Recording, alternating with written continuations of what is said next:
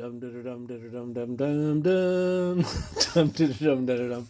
You think I'll get copyright strike for this? Dum dum dum dum dum dum.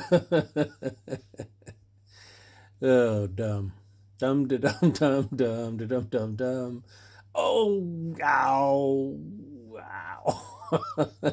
That hurt. Oh, dum dum dum dum dum. Boom.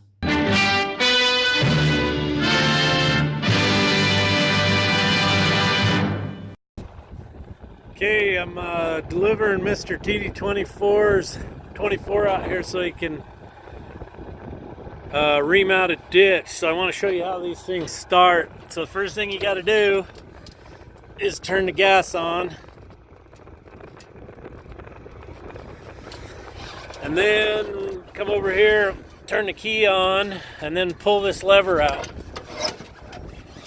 Then hit the key.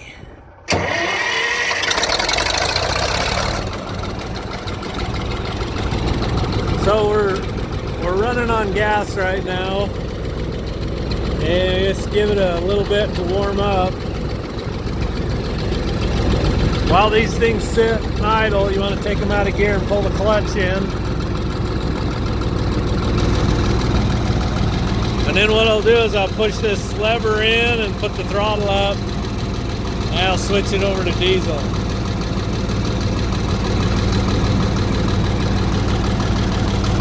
Here we go. Voila.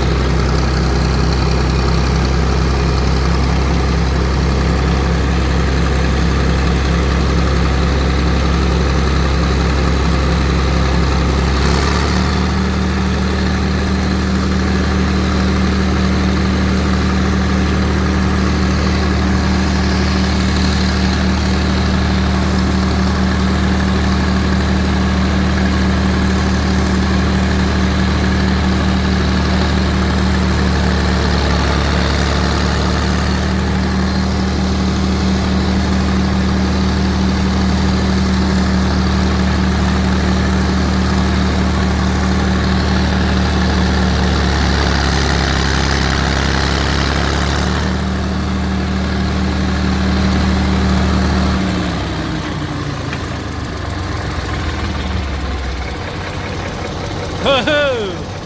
It's the red twin stacker machine gun.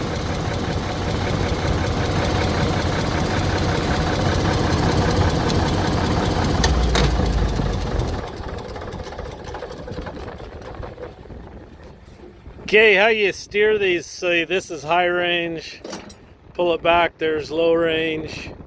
So if I wanted to turn to the right, I could put the left track in high range and I just slowly walk around.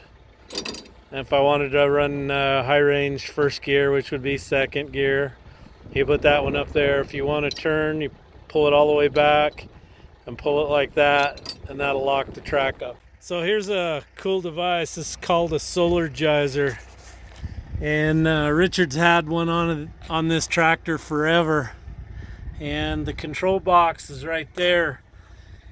He just bought new batteries the other day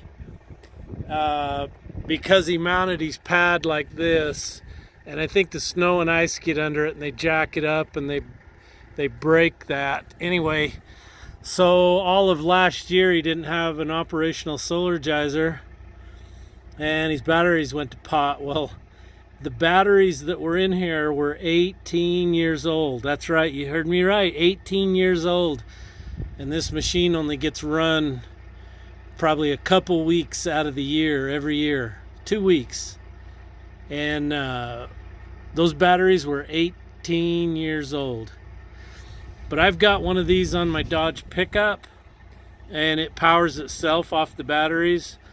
But what they do is they send some kind of a pulse to the battery, and it keeps the sulfate from building up on the plates, and that's what ruins the battery. These things work. I've got a bunch of them that I'm going to put on some other equipment, but this solar panel right here does the job. They have some, like I say, in my Dodge pickup that you can hook up and it runs off the battery, but this is for a piece of equipment that sits and doesn't run. Anyway, check them out.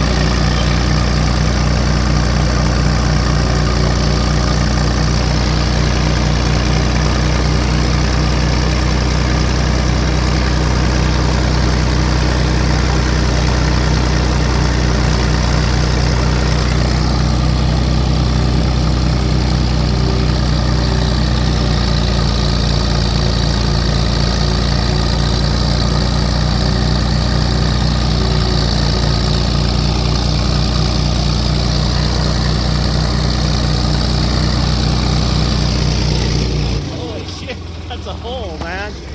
Yeah.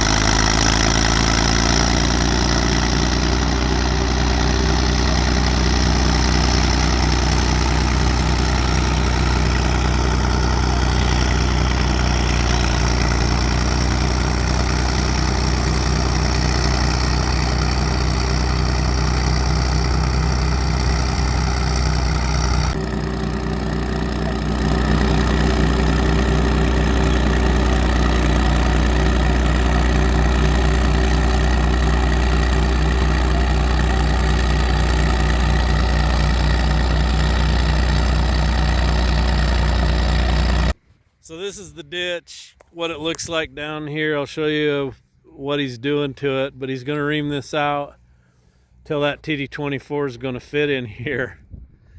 And you can see how narrow this was, and it's really got a lot of slope in here, so the water really runs fast, and it's really cutting the material. Anyway, it's running down here in the pond. It fills the pond full of dirt that it cuts. So he'll go back and forth on this till he gets it reamed out as wide as that cat. Anyway, that old girl still runs. It's a hell of a crawler. It has that planetary steering on it. We've got a 1946 model TD24 that still runs. It's turbocharged. Anyway, 1946, they had that 2-speed planetary steering. When did Cat finally come out with differential steer? 1988. Took Cat good Lord, what, 40 years to figure out how to build one that didn't slip or break traction when you steer the cat. International was way ahead of Caterpillar on that steering. And that TD24 was a big ass crawler. Had a 1,091 cubic inch engine in it. It cranked 1,600 RPM, which was way faster than any cat motor. All of them run 1,800 now in your dozers, but quite a machine.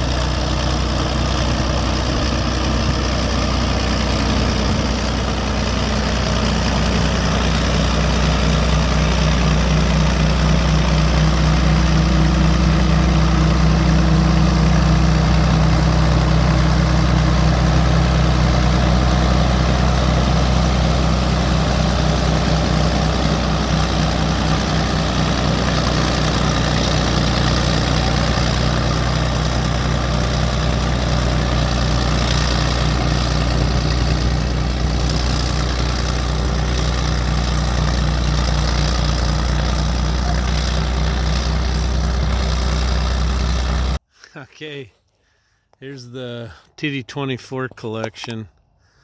This is a 1946 TD24. This is not a 241 series. The one with the ditcher on it was a 241. This one still runs. It hasn't run for a long time, but this one, my pop put a turbocharger on it. And they did turbocharge these, just a normalizer. That's some really old turbo technology. It has a nozzle ring. That bolt in the exhaust housing is how you change the nozzle ring. Kind of like a variable geometry turbo, I guess. But anyway, he took this and he cut the bottom rail off, and I believe, I'm not sure, but I think that has cat rollers on it. But anyway, it's got a front mount winch. It's a Bucyrus Erie setup. Bull grader, number 91,918, Evansville, Indiana. Anyway, this is got big old wide pads on it, and this is the one we used to clean canals with. Good tractor, really good tractor. And then he took the fenders, he put new fenders on it, built them out there nice and wide. Looks like we got a broken pad on here. I didn't know we had a broken pad. It's got a Bucyrus winch on the back. We had some gin poles on the back of it. Great big old long gin poles. They're laying there on the ground. Anyway, you could pick up some pretty hefty stuff with it. And then this one right here, this is a 241 series TD24, and this one's been kind of parked. It's got a bad engine in it, but it was also turbocharged. Anyway, cool old dozers. This one, trying to remember. Oh, my brother took the tracks off of it and put it on his dozer that he's ditching with. And that was the deal with that. And then these tracks are some old ones. I can't remember what the deal with these. I think they're off one that we scrapped. All that's left of it's the frame. And then we've got one sitting over here by the shop, and it was a torque converter one. And what we were going to do is we were going to pull the final drives and put the sprockets off of it onto my brother's. But you can see this one's got really old sprockets. These were back in the day when you wanted to replace the sprocket without pulling the hub. You took a torch and you cut these out and you welded a new deal around it. And then this tooth, they put these bolts in here, they put that in there so when you roll this around, you can pull the pinion shaft out of these. And it's quite a process to pull that pinion because it goes through some discs inside the back end. This has planetary steering, so it just has like a big brake caliper setup with a hydraulically actuated caliper that pinches the disc. And so you have to undo some plugs in the side and manually tighten those down to hold the discs in place. Otherwise, if you pulled the pinion shaft out, the discs would fall in the bottom of the case, and then you would have to pull the whole deck off to get your pinion shaft back in. And we got an old TD18 sitting here too. When we picked this one up, it didn't have anything over the one stack, so she seized up on, I think, the front cylinders. So like I was talking earlier about the steering on these, this is a planetary steering setup. You basically have two speeds and you got power to both tracks. This is the 1946 TD24, and in 1946, International Harvester was miles ahead of Caterpillar with that steering. These would outdoze around a corner and just make a cat look like a piece of junk. And I always wondered why it took cats clear till what, 1988 to figure out a system to compete with this. Anyway, it's pretty foolproof. Those planetaries and those discs and stuff in there, they last forever.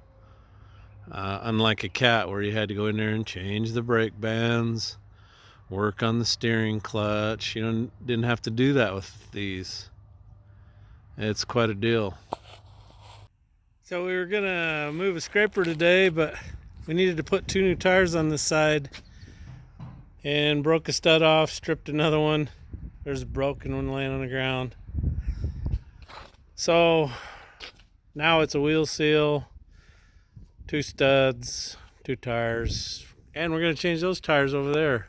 See how many studs we can twist.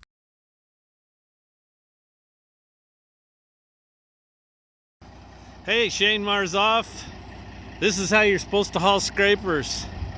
We don't need no stinking 48 wheels. Wouldn't you love to haul them 51s to California like this? It's awesome. You're short.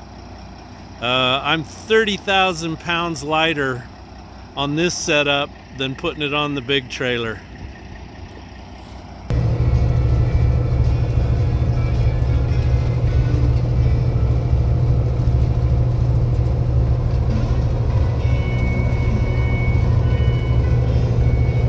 That's weird. It's a beautiful Monday morning. Got a bunch of packages going out today. Got one going to Edward in Houston, Charles in Royalton, Ohio, Brian in Tamarack, Florida, Adam in Thomasville, North Carolina, Kelby in Belgrade, Montana, Lee in Anchorage, Alaska, James in New York, and Joshua in Georgia. Enjoy, fellas. Pleasure to do business with you guys. Rockball. Okay, round 2. So most of the stuff I mailed out came back. I guess I can't send calendars and stuff media mail or hats. So they're on their way again. Hope they don't get intercepted by the crack experts at the United States Postal Service. Hey, I got some really cool subscribers, and every time I pull out something that somebody sent me, I think about them. And this comes from Matthew Marquette. And he sent me this along with some Schaefer's grease and some citrus grease remover, which I'm about to use right now. But I've been using this pipe dope on everything now. I just took all these fittings out of this valve and they had Teflon tape on there. Anyway, this is good stuff. Thank you for sending this to me, Matt. This is awesome stuff. And then the other day, Jake was using some taps and he was trying to find a socket. And I says, why don't you use the drivers? And he goes, what are you talking about? And I showed him these and he's like, what are those? And I said, those are drivers for taps. Anyway, we've been using the heck out of these. Dan Kruer from Kentucky sent me these. He works down at the Ford plant. Love my subscribers who keep sending me cool stuff. Looks like these 40-year-old hoses had it. Look at them. It's like frying bacon. They're just leaking everywhere. Guess they're cooked from all the engine heat. So it looks like I'm going to be building a few more hoses here. No worries, I have the technology. So I built 4 hoses yesterday under the floor of the scraper there. These are all original Cat factory hoses. These are Eastman Kodak. Good hoses, 45 years old. Showing me a hose now that'll last 45 years. Isn't it amazing how fast a workbench can get trashed? You remember the other day I had this all cleaned up? I had the hornies off of old number 1 over here tuning them up. So just made an absolute mess out of the place. And then the other cool thing is you clean off another one and then that's where everything goes. Oh, look at that. The toolbox over there doesn't have anything on it. Amazing. It's, owning a shop and keeping it clean is like house bitching. It's just never done. Never done. So I got the horns on this one tuned up. You want to hear them? Cover your ears. Okay, it kind of sounds like I got one that ain't working again. I'm going to have to retune it. Okay, I've replaced the O-rings behind the manifold on the back of the compressor. Things were pretty dirty there, so I'm thinking that's where my leaking problem was, and the O-rings were getting hard and flat. So I've got my gauges hooked up. Always keep when you take the caps off your fittings, clean them off really good. Keep your hoses hooked to your gauges, keep that clean. You need to be surgically clean. I mean, no particles of dirt anywhere with AC systems. Got to be clean. So red one's the high pressure side, blue one's the low pressure suction side. When you vacuum a system to charge it, you want to vacuum both the high and low side. And so I've got my valves on there. The yellow hose is the vacuum. This is my vacuum pump. You want your vacuum pump level. You want to keep your oil level up where it is, and you want to change that oil fairly regularly. So and then also don't forget to take the cap off of here, because all of a sudden you'll turn it on and it'll blow it sky high. So what's the purpose of vacuuming? Well, if you remember in school, and they showed you can boil water at room temperature by putting a vacuum to it. Well, you want to vacuum all the moisture out of the system, and the only way you can do that is put the vacuum pump to it and apply vacuum to it for about 30 minutes. Now, the low pressure side is where you're going to see the vacuum, and you're going to see this vacuum gauge probably come down to probably about 28, 29 inches of vacuum if I can pull that much at this altitude.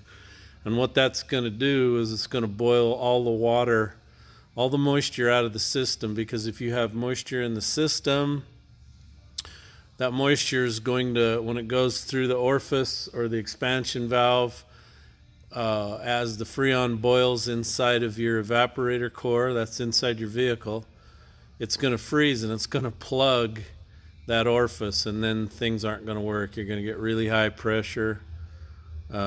It's just not going to work right. So you vacuum it to get the moisture out. So let's turn this baby on. If I can remember where the switch is here. Where's the switch? I know it's a rocker switch. Been so long since I ran it. Good heavens, Jeff. How dumb can you get? It's got a... Where's the stupid switch? It's in here somewhere. Unbelievable. Yeah, well, there it is on the back. So here we go. Okay, let's see if she starts pulling a vacuum. It'll take a bit here. Yeah, it's pulled the gauge down a little bit. Yep. So that means the system's fairly tight. But after you pull a vacuum, what I'm going to do is shut this off and see how long it holds that vacuum.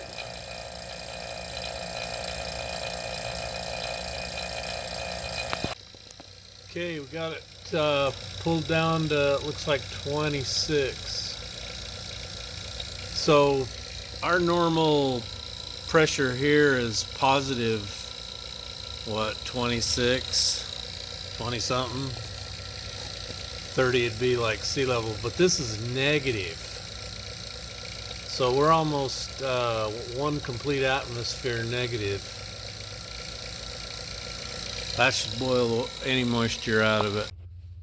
So I'm still holding my vacuum, which means that was the problem, was those O-rings behind that block that bolts to the compressor.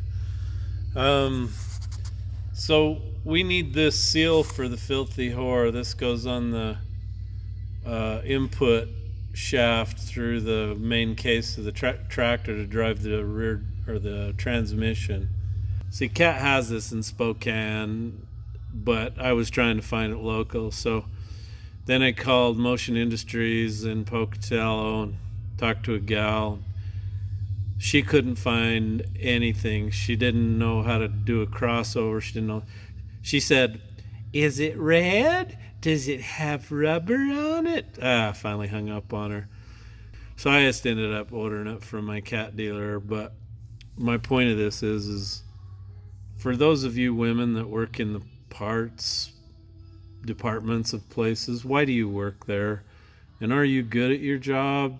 Did your dad give you some mechanical training? Have you worked on an engine? Have you tore into a transmission? Do you have those skills? If not, why do you want to work there? I noticed the trend is to hire a lot of females in parts places. I have them here. I got to be honest with you, every time I get one, I just think, they won't look for stuff if they can't find it by tapping the computer. I've known one really good parts gal in my life. Her name was April. She worked at Cap's Warehouse here. She wouldn't give up. She was a bird dog. And she would ask me questions, and I would gladly explain it. And she would let me look at the book so that I could look in there and show her what I needed or what would work. She was actually better than some of the guys. But my whole point of this is, why are you working in a parts department if you don't know man stuff? This gender equality stuff's driving me crazy. There's men and women will never be the same. Our genders are different. We'll always be different. The way we think, the way we do stuff. So why do you work there? Ho ho ho, look what Jeffrey's got. Got the Switchblade turbine housing here. I've got it on. I want to show you this. Okay, so let me show you what Jim did. Oh, if I can get this tipped up. All right. So the cat equipment uses a coupler like this in it.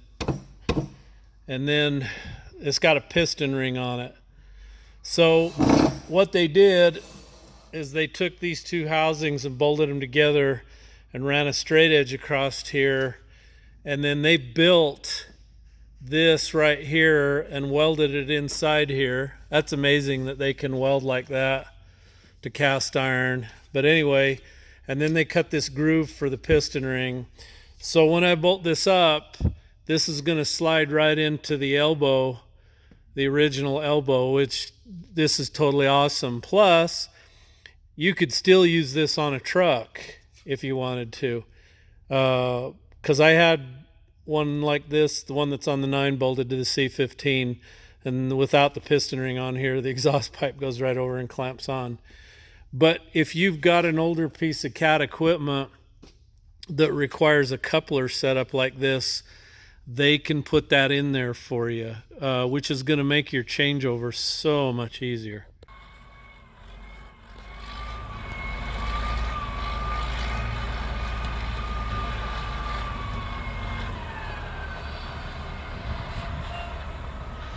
Filthy Horse getting ready to go for a ride to an undisclosed location.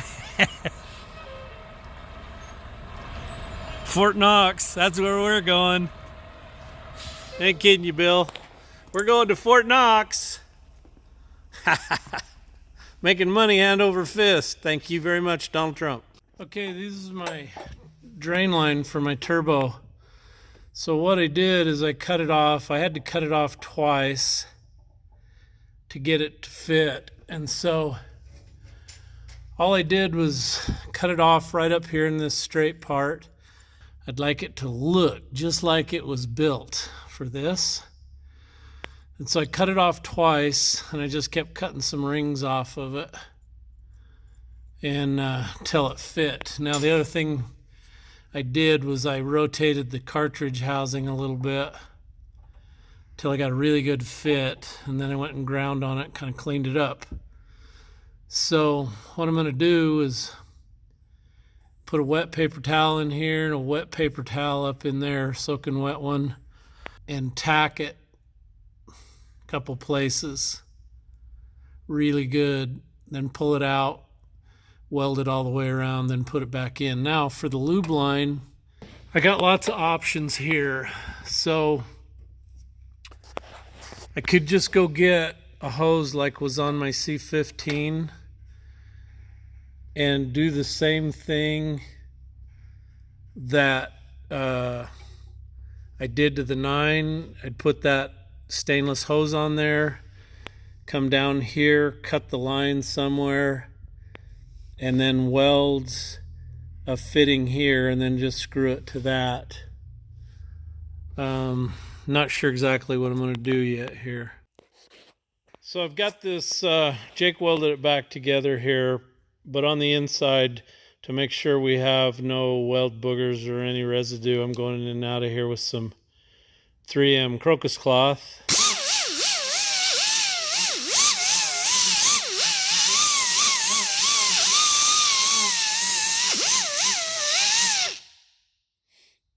Sweet, it's my own flopper wheel. All you do is just take a piece of 1/4-inch shaft and cut a slot in it, and you can put that stuff in there to fit whatever size bore you want. Okay, let's see what we look at on the inside. You can see a little bit, but I've smoothed it up. There's nothing that's going to come off. So we're good. One down, one to go. All right, so I got it welded, sanded inside and out, polished up good, and painted. All from my vise that David Anderson sent me. I love this vise. I ain't kidding you. This is so handy. So anyway, as soon as that paint is dry, I'm going to go get it on and then start figuring out what I'm going to do for the pressure side of the turbo, the lube line. Okay, getting ready to put the elbow on permanently. This super cool device on here is a bypass valve, kind of like a wastegate. So you would let exhaust run through here instead of the turbo. There's a hole in the manifold, but this is one of the reasons that old T1810 will not pump the air you need. So this had a line going in it and around to the intake manifold. It has a great big spring in here. What I do with them is I put the spring on the other side and push the valve down so it can never operate. These were designed to keep you from overspeeding the turbo if you went above a certain elevation, say 15,000 feet or something. That's not going to be a problem anymore with this turbo because I know it's going to pump more air than this engine can swallow. So that's not an issue. So they don't make an elbow without this crap on there. I wish somebody did. But if you've got one like this, first thing you want to do is take the spring out, push that valve down. It looks just like a intake or an engine valve in your head, only it's backwards. The face is on the front of the valve and it fits in here. Anyway, they're just a pain in the butt because when they get wore and they get eroded in there, they bypass exhaust and you don't get the boost. You run a lot of EGTs, all kinds of problems. It's just junk. Actually, the best fix would be to weld the hole shut or get somebody that made a manifold without that dang hole on it. This is my turbo lube line, and this is a 207 2805 made in India. What the hell? Anyway, it's got a straight end on it. It's set up for an O-ring face, and I got a fitting for that, so I'm going to put it in there. The fitting converts it from that to JIC, and then I'll just build a short hose. I'll screw this fitting out. I'll go put pipe thread on the one end of the hose, JIC, swivel on the other, and wham bam, we're hooked up and ready to go. Hey, good Saturday morning. I wanted to show you my turbo lube lines. I got them done. We're finished on the lube line. Just got to finish getting the compressor housing on. Oh, and by the way, I screwed up there. The compressor housing that I had's not going to work. So Jim's sending me another one. I think meanwhile today I'm going to steal the one off the D9 and put it on there so I can get this old girl running. So I just bought another Milwaukee grease gun. This is the third one. I bought this one from Industrial Metal. $279 for this, and first thing we're doing is putting a lock and lube on it. Courtesy of my subscribers, man. Hey everybody, welcome to another edition of Jpaydirt. I am really busy and really exhausted. So let's start out. Somebody mentioned the other day they bought one of these for their grandkid or a child, and they loved it. So thank you for supporting the gentleman that made these. He can use the money. That's awesome. I don't get any money off of that. I still have the old Kenny hats and the Anderson hats in my e-store. That's www.jpaydirt.com, along with the Filthy Whore silhouettes that Tony Spresser made for me. Why Not Construction in Colorado. I hope you're getting better, Tony. I saw your knee. That was awful. That was a terrible infection. Anyway, I also have, gosh, where is it? I don't have any calendars here. Anyway, I have the Anderson Construction calendars and the swimsuit calendars also at jpaydirt.com. So I want to start this morning with Grant Erickson and his son Carter. Carter's 7 years old. They like to watch Jpaydirt. That's cool. Thank you guys for supporting me. Abe Johnson, he's over in Nampa, Idaho. I've talked to Abe. He does heavy haul. Good luck with your new engine, Abe. Hope that lasts for you. He bought a truck and then it grenaded shortly after. That's never fun. Tony Spresser. Tony is the one who did the filthy whore cutouts. So if you want one, go to my e-store, you can get them. We should have a contest and have you paint them up, and whoever the winner is, I'll send you a whole bunch of swag. That would be cool. So thank you for doing that, Tony, and I hope you get better. Jerry Watson, he's from Las Vegas, Nevada. Thank you for subscribing, Jerry. Martin Hicks and Ma, they're watching from Estevan, Saskatchewan, Canada. Thank you, Marvin. He is Moog, is it MOG 5858 on YouTube? He drove right through here and he didn't stop and talk to me. You're in big trouble, dude. Daniel Greger, he's from Halbury in South Australia. He farms. Good luck with your change of employment, Daniel. And Ken Gibbs, who's from Queanbeyan, New South Wales, Australia, correct? Anyway, Ken, thank you for sounding that out for me. Or I may have butchered that. I really appreciate that. Queanbeyan. Anyway, thank you guys for subscribing. Thanks for buying the stuff from me that you do and supporting me. It helps pay for some of this. I really appreciate your comments. I love the stuff you send me. If you want to send me a postcard or whatever, feel free to do that. I'll put the link below to the store and to my address. I really appreciate your support, and we'll see you next week. Hey everybody, on a side note, I wanted to talk to you about Shane. I've been putting off telling you this information for some time. He was denied his claim. He was let down by his attorney and his doctors. None of that information about his 40-pound tumor and stuff was included in his medical report. The only reason the judge knew about it was the letter that I had written.